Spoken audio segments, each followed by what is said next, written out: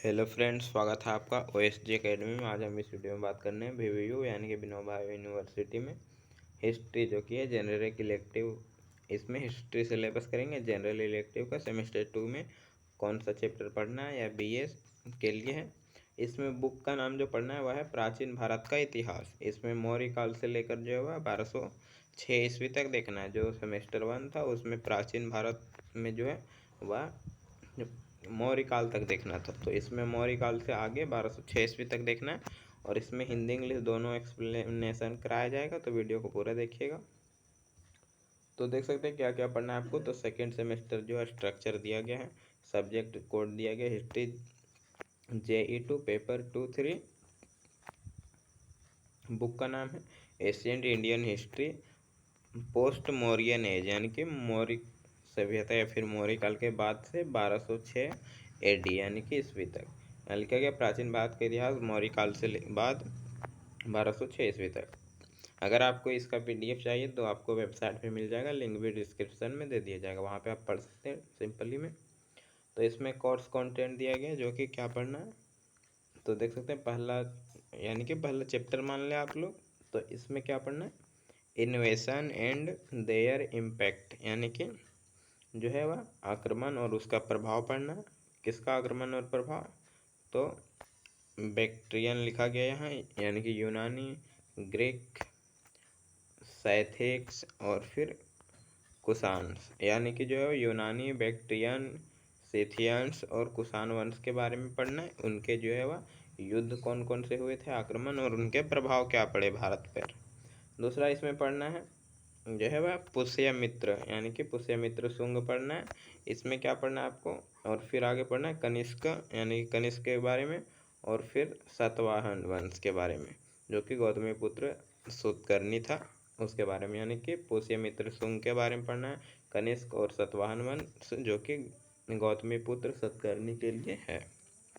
तीसरा इसमें पढ़ना इकोनॉमी पढ़ना यानी कि आर्थिक पढ़ना। आर्थिक में क्या, किसका आर्थिक, तो लैंड ग्रांट यानी कि भूमि अनुदान जो होता है वह, ट्रेड यानी कि व्यापार के बारे में पढ़ना है, और trade routes and Indo Roman trade यानी कि व्यापार और व्यापारिक मार्ग और भारत रोम व्यापार के बीच संबंध को पढ़ना है।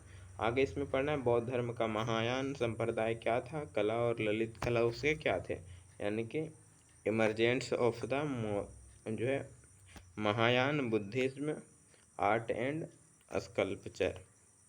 चौथा इसमें जो पढ़ना है उसको दिखा देते हैं थोड़ा सा।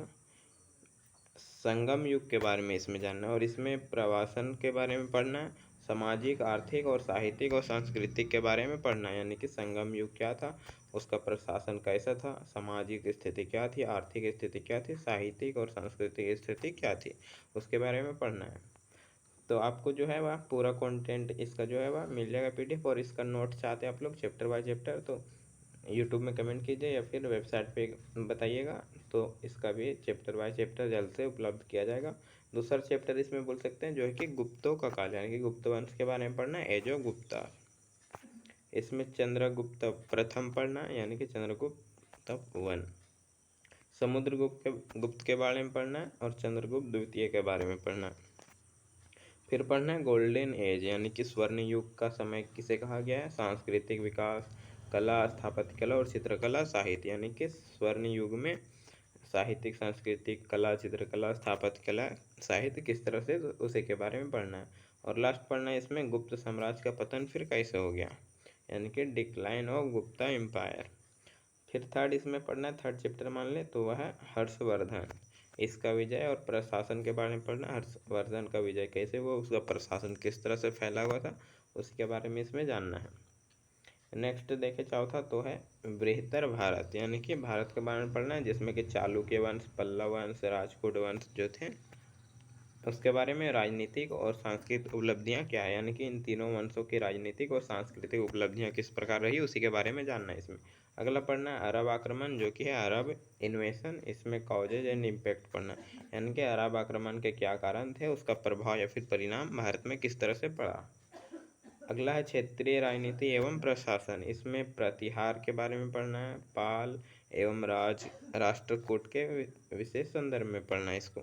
लास्ट है इसमें कि चोल वंश 7वां, तो इसको पढ़ना है, चोल वंश क्या था, चोल डायनेस्टी।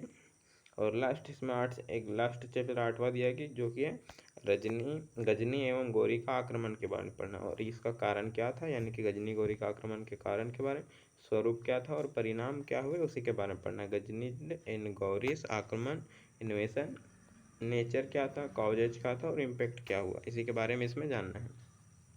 तो वीडियो अच्छा लगा लाइक कमेंट, तो चैनल को सब्सक्राइब कर लीजिएगा, सोशल मीडिया में जुड़िएगा जल्द से जल्द, और आप लोग नोट्स के लिए वेबसाइट पे जरूर जाइएगा, लिंक इन डिस्क्रिप्शन में है।